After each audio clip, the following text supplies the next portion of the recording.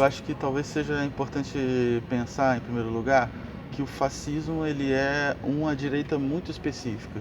Ele é um movimento de direita muito específico que emergiu no contexto após a Primeira Guerra Mundial e que, em alguns casos, né, em alguns países, esses movimentos de extrema-direita se tornaram regimes políticos, como o caso da Itália e da Alemanha, que são mais emblemáticos. Mas eu estou falando tudo isso para dizer o seguinte: é possível dizer que há um crescimento do fascismo no Brasil atualmente no bojo de uma onda conservadora. Eu me acredito que a noção mais precisa seja a ideia de que existe uma onda conservadora, de uma ascensão das direitas de forma geral no Brasil, da qual determinados movimentos fascistas constituem essa onda conservadora, ou seja, são uma ala mais extremista de um movimento de ascensão conservadora. É possível verificar isso, né, com a ascensão da extrema-direita na Europa, a própria eleição do Donald Trump nos Estados Unidos, ou seja, uma virada à direita no espectro político mundial, principalmente no mundo ocidental, e da qual, né, a emergência de movimentos fascistas fazem parte, mas eles não são, tipo assim, não é simplesmente... Estou chamando a atenção para a gente não reduzir tudo isso ao fascismo, porque o fascismo é algo muito específico, é preciso entender o que é o fascismo, inclusive para melhor conhecer o inimigo, para melhor combater, né? Então, se você sai chamando qualquer movimento de direita de fascismo, a categoria perde força analítica.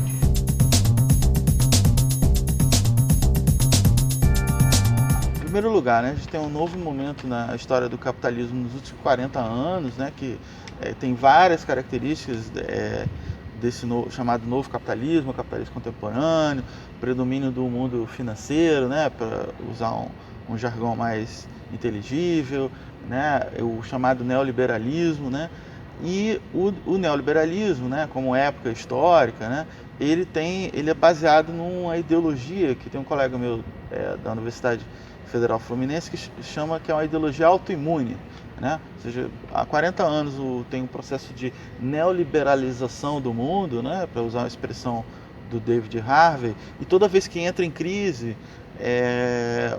a decisão é sempre de implementar mais reformas no sentido de um esforço do próprio neoliberalismo. Então, esse é o pano de fundo da dinâmica do capitalismo.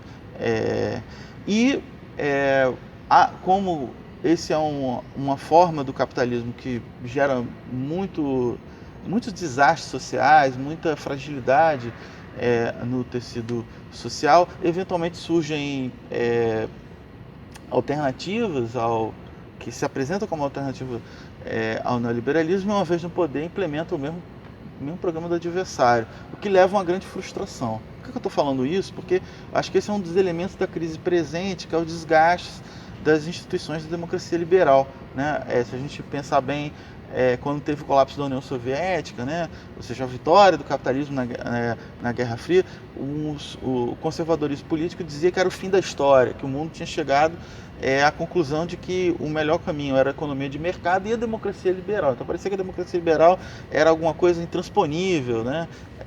E hoje estamos vivendo um processo de crise, de desgaste desse modelo de regime político no lugar onde ele nasceu. Então, por exemplo, tem a ascensão da extrema-direita na França hoje, né? Ou seja, um país emblemático, né? Com a possibilidade da Frente Nacional emplacar, né? Esse ano a Marine Le Pen, é algo muito perturbador, né? Porque não se trata de qualquer país, é um país da maior importância, não do ponto de vista dentro do capitalismo, né, mas também da importância cultural que tem um país como a França. Então, observar essa extrema-direita crescendo nesses contextos, né, é muito preocupante.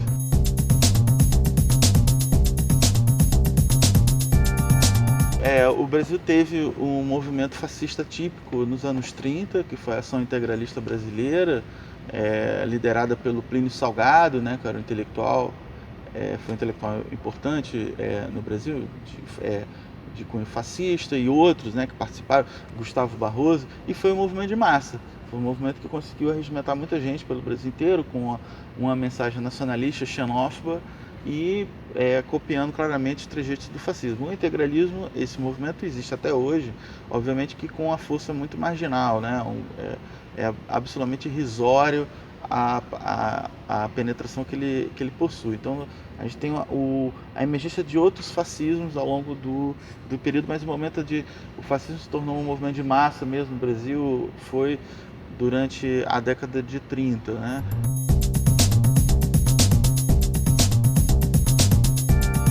Pois é, a gente tem uma série de instituições na sociedade civil e elementos que estão presentes no Estado que promovem o discurso de ódio. A gente acabou de ver recentemente, nesses massacres em presídios no norte do Brasil, o pronunciamento de autoridades públicas no sentido da normalização da barbárie, né? Ou seja, normalização daqueles massacres, né? Ou seja, a autoridade pública promovendo esse discurso. Entretanto, a gente tem uma série de outros dispositivos na sociedade que divulgam esse tipo de discurso. A mídia é o mais importante deles, né? Se a gente pensar algumas figuras hoje que representam o fascismo no Brasil, como a família Bolsonaro, né? São figuras midiáticas, né? Ou seja, do ponto de vista do desempenho quantitativo político dessas pessoas, não teria o menor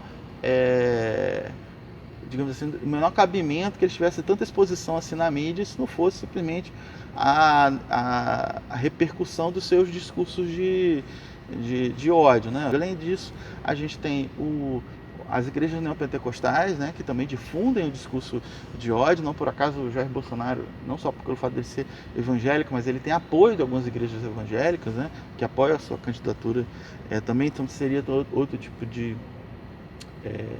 veículo de difusão desse discurso de ódio, né?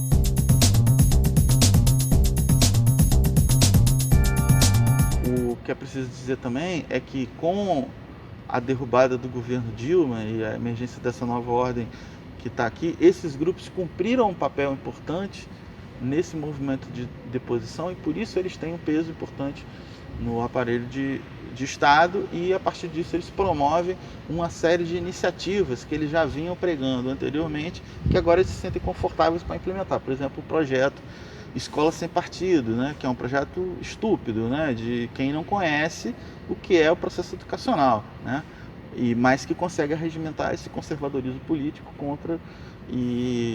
Então, por exemplo, tem se organizados movimentos de resistência à implementação desse projeto. Então, o fortalecimento dos movimentos sociais que vão no sentido contrário à organização da luta mesmo, de resistência aos ataques aos direitos que estão sendo implementados, talvez o melhor caminho para poder organizar uma resistência programática ao avanço desse conservadorismo. Entretanto, é preciso notar que esse é uma luta de longo prazo. Do mesmo jeito que esse conservadorismo, com essas posições, ele vem sendo, digamos assim, percorreu uma longa marcha no Brasil, convencendo e arregimentando gente, uma série de estruturas sociais que existem na sociedade brasileira. Ou seja, a desmontagem dessa onda conservadora não se faz de um dia para a noite, nem com ações espetaculares. Então também preparar para uma batalha de longa duração no sentido de reverter esse conservadorismo.